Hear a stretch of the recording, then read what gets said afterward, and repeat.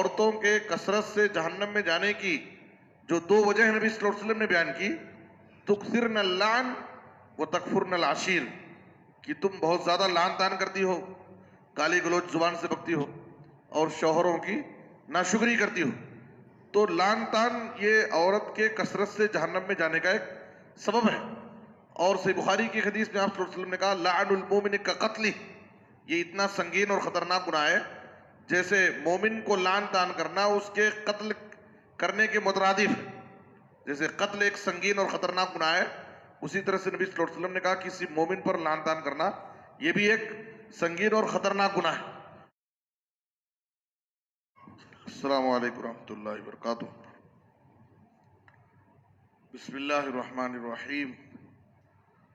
عن عبد اللہ بن مسعود رضی اللہ تعالی عنہ قال قال رسول اللہ صلی اللہ علیہ وسلم لیس المؤمن بالطعان ولا اللعان ولا الفاحش ولا البذیء، رواہ الترمذی. محترم حضرات، کسی پر لعن طعن کرنا ایک گناہ کبیرہ ہے، بڑا خطرناک گناہ ہے.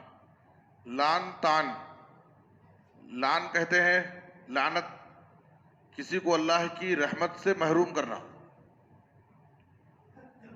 تو اللہ تجھے کبھی معاف نہیں کرے گا، تو زندگی میں کبھی ترقی نہیں کر سکتا، اس طرح سے یہ لعن ہے. اور طعن ہے یعنی کسی پر عیب لگانا، کسی کی بے عزتی کرنا، غیبت کرنا، طعنہ زنی کرنا، حقیر سمجھنا.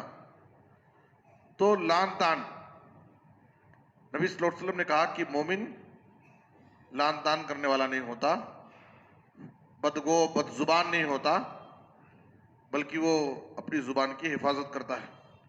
صحیح مسلم کی دوسری حدیث میں آپ صلی اللہ علیہ وسلم نے کہا لا ينبغي للصدیق ان یکون لعانا، کسی بھی راست باز سچے مومن کے لیے لائق نہیں ہے کہ وہ لعن طعن کرنے والا ہو. نبی صلی اللہ علیہ وسلم کے بارے میں ہے کہ لم یکن رسول اللہ صلی اللہ علیہ وسلم فاحشا ولا لعانا ولا سبابا، نبی صلی اللہ علیہ وسلم کبھی لعن طعن، گالی گلوچ، سب و شتم، بدگوئی کرنے والے نہیں تھے، بہت دور رہتے تھے ان سب چیزوں سے.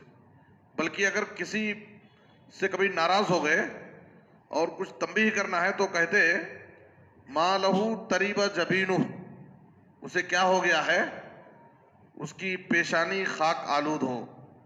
اس طرح کے الفاظ استعمال کرتے. گالی گلوچ کے اور لعن طعن کے الفاظ آپ استعمال نہیں کرتے تھے. بلکہ ایک مرتبہ جب کفار و مشرکین کے ظلم و ستم سے تنگ آ کر بعض صحابہ نبی صلی اللہ علیہ وسلم کی خدمت میں آئے اور درخواست کی ادعو علی المشرکین، آپ مشرکوں کے حق میں بد دعا کر دیں تاکہ وہ ہلاک ہو جائیں، ان کی طرف سے ظلم و ستم بہت ہو گیا.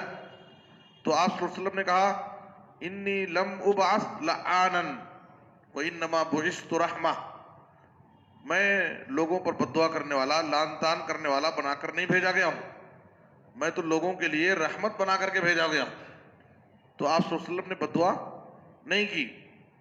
لعن طعن کرنا جس طرح سے انسان کو منع ہے کہ کسی انسان پر لعن طعن نہیں کر سکتے ہیں، تو اسی طرح سے جانور کو بھی لعن طعن کرنے سے منع کیا گیا ہے. ایک مرتبہ صحیح مسلم کی حدیث ہے، ایک انصاری صحابیہ ایک اونٹنی پر سوار تھی، اونٹنی بہت سست رفتار تھی، کسی طرح سے وہ آگے نہیں بھاگ رہی تھی.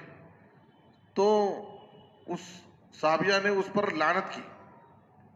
تو نبی صلی اللہ علیہ وسلم نے سنا تو آپ صلی اللہ علیہ وسلم نے کہا کہ اس اونٹنی پر جو بھی ساز و سامان ہے سب اتار لو اس سے، اور اس اونٹنی کو چھوڑ دو، اب اس پر سواری مت کرو. فإنها ملعونہ، اس لیے کہ اس پر لعنت بھیج دی گئی. تو صحابہ کہتے ہیں کہ نبی صلی اللہ علیہ وسلم کے حکم کے بعد ہم نے اس کو سامان اتار لیا اور اس کو چھوڑ دیا، اور دوبارہ ہم نے اس پر سواری بھی نہیں کی، اس لیے کہ اس پر لعنت پڑ چکی تھی. اور آپ صلی اللہ علیہ وسلم نے کہا لا تلعن الریح فإنها مأمورہ، ہوا کو بھی لعن طعن مت کرو، اس لیے کہ وہ اللہ کی طرف سے چلتی ہے.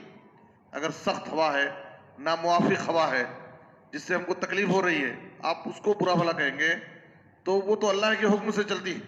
تو اس کا مطلب ہے کہ گویا کہ انسان اللہ رب العالمین کو برا بھلا کہہ رہا ہے, اللہ کو لعن طعن کر رہا ہے, نعوذ باللہ. تو کسی پر بھی لعن طعن کرنا یہ جائز نہیں ہے, حرام ہے, گناہ کبیرہ ہے.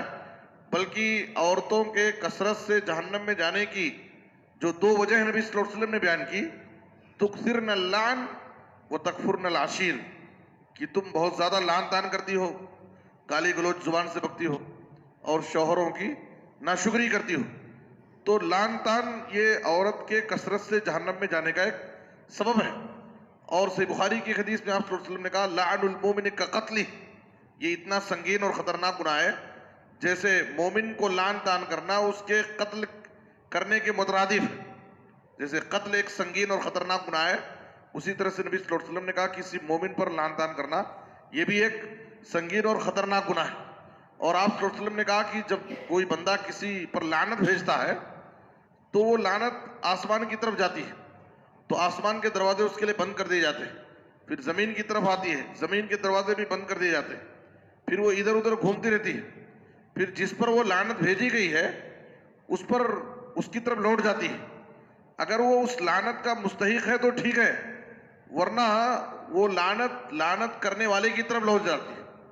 تو یہ ایک بہت خطرناک بات ہے کہ اگر ہم جس پر لعنت بھیجے ہیں اگر وہ اس کا مستحق نہیں ہے تو وہ لعنت بھیجنے والے کی طرف پلٹ جاتی ہے. اس لیے آپ صلی اللہ علیہ وسلم نے کہا لا تلاعنوا بلعنت اللہ ولا بغضبہ ولا بالنار, کسی پر اللہ کی لعنت مت بھیجو اور اللہ کا غضب, تجھ پر اللہ کا غضب نازل ہو, تو جہنم میں جائے, اس طرح کے لعنت مت بھیجو. اس لیے کہ اگر وہ اس کا مستحق ہے تو ٹھیک ہے, ورنہ وہ لعنت بھیجنے والے ہی کی طرف پلٹ کر آ جاتی ہے. تو اس لیے نبی صلی اللہ علیہ وسلم نے اس کی سنگینی سے لوگوں کو ڈرایا ہے اور کہا اللعانون لا یکونون شفعاء ولا شہداء یوم القیامہ, جو دنیا میں لعن طعن کرتے ہیں قیامت کے دن نہ یہ سفارشی بنیں گے کسی کے لیے اور نہ کسی کے حق میں گواہی دے سکتے.